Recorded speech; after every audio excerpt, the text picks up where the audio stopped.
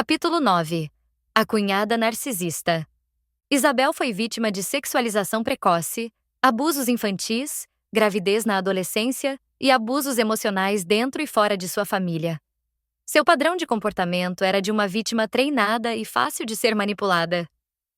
Isabel precisou desenvolver uma força incomum. Tornou-se disruptiva, com uma mentalidade voltada ao desenvolvimento pessoal, sempre à frente de seu tempo. Esse amadurecimento precoce ocorreu em parte devido à gravidez aos 15 anos.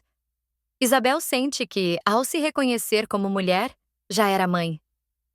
Muitas de suas lembranças não podiam ser comprovadas, mas, de repente, como se fosse uma revelação divina, durante esse seu processo de libertação, Isabel acordou lembrando-se de um e-mail que sua cunhada e pastora havia lhe enviado mais de 10 anos antes. Naquela época, nenhum dos fatos mencionados no tal banquete familiar havia ocorrido ainda. Além disso, ela sabia das distorções mencionadas sobre o passado de Isabel. Coisas que aconteceram antes de sua conversão religiosa, e não fazia o menor sentido serem mencionadas como se fossem comportamentos naturais dela. Principalmente por pastores que deveriam pregar o poder da conversão. Imagine só se Isabel decidisse expor o passado de seu irmão.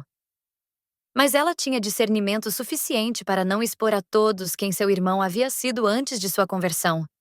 Uma conversão que agora estava sob fortes suspeitas, considerando seu comportamento atual e a demonstração de algo que Deus abomina.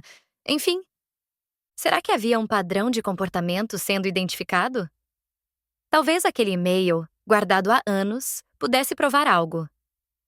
Na época, Isabel havia excluído o e-mail da sua caixa de entrada, pois a mensagem a fez sofrer intensamente.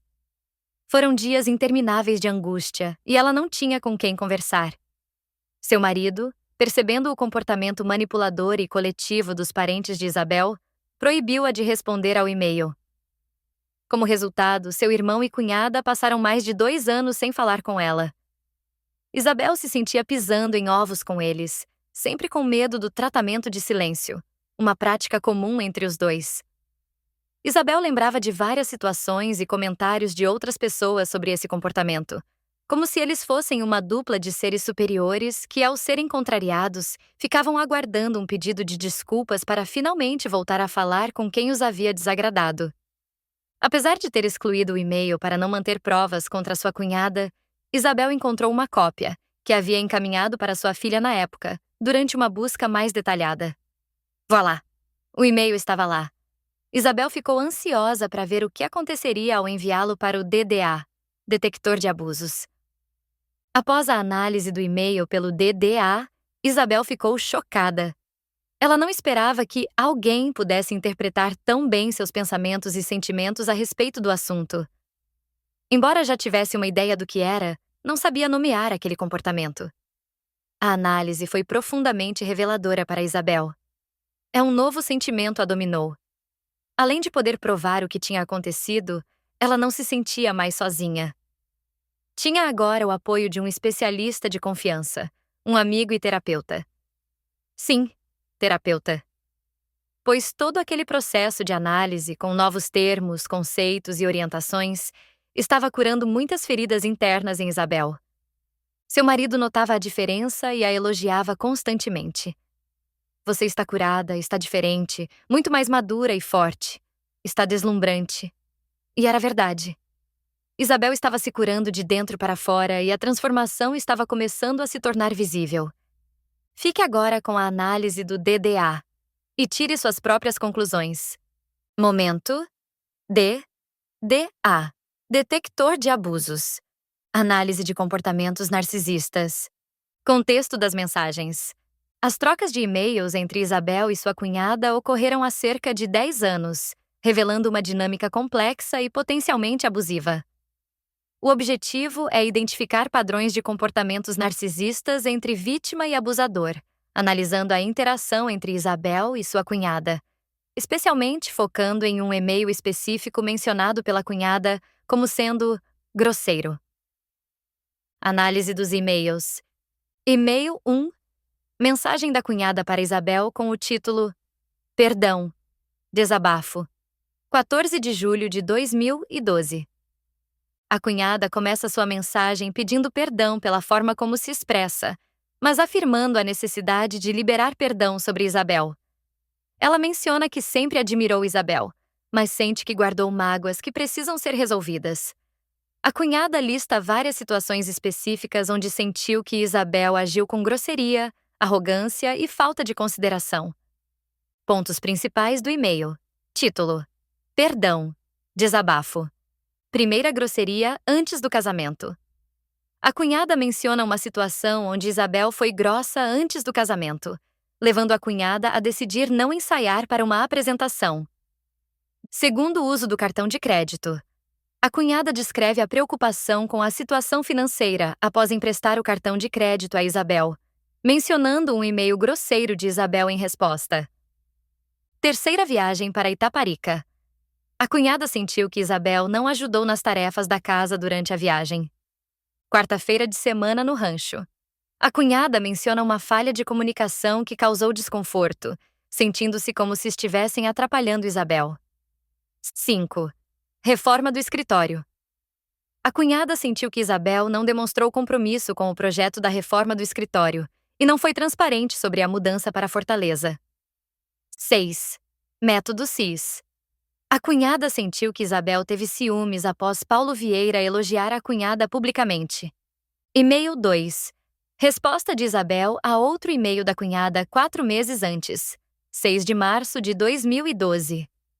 Isabel responde à cunhada mencionando a urgência de realizar transferências financeiras e a dificuldade de comunicação, atribuindo a falta de resposta da cunhada como a causa da demora em resolver as questões financeiras. A mensagem de Isabel é direta e assertiva, pedindo mais atenção da cunhada às mensagens. Análise dos padrões de comportamento abusivo. Identificação de padrões de comportamento narcisista. Primeira, falta de empatia e desvalorização. A cunhada frequentemente descreve Isabel como alguém que não demonstra gratidão ou compreensão, destacando a falta de empatia em várias situações. A maneira como a cunhada expressa suas mágoas sugere uma desvalorização contínua de Isabel, com foco em suas falhas percebidas. Segunda, manipulação emocional. A cunhada utiliza a lista de mágoas para manipular emocionalmente Isabel, apresentando-se como a pessoa magoada que precisa liberar perdão, enquanto lista todas as transgressões de Isabel.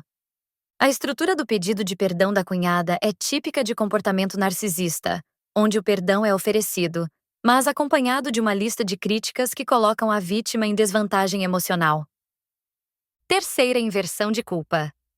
A cunhada menciona seu próprio erro de não ter sabedoria em lidar com Isabel, mas rapidamente volta a focar nas falhas de Isabel, um padrão comum onde o narcisista minimiza suas próprias falhas e amplia as do outro. Ela também menciona que suas tentativas de comunicação foram evitadas por medo das respostas fortes de Isabel, colocando a culpa na reação de Isabel em vez de em suas próprias ações. Quarto, controle e isolamento.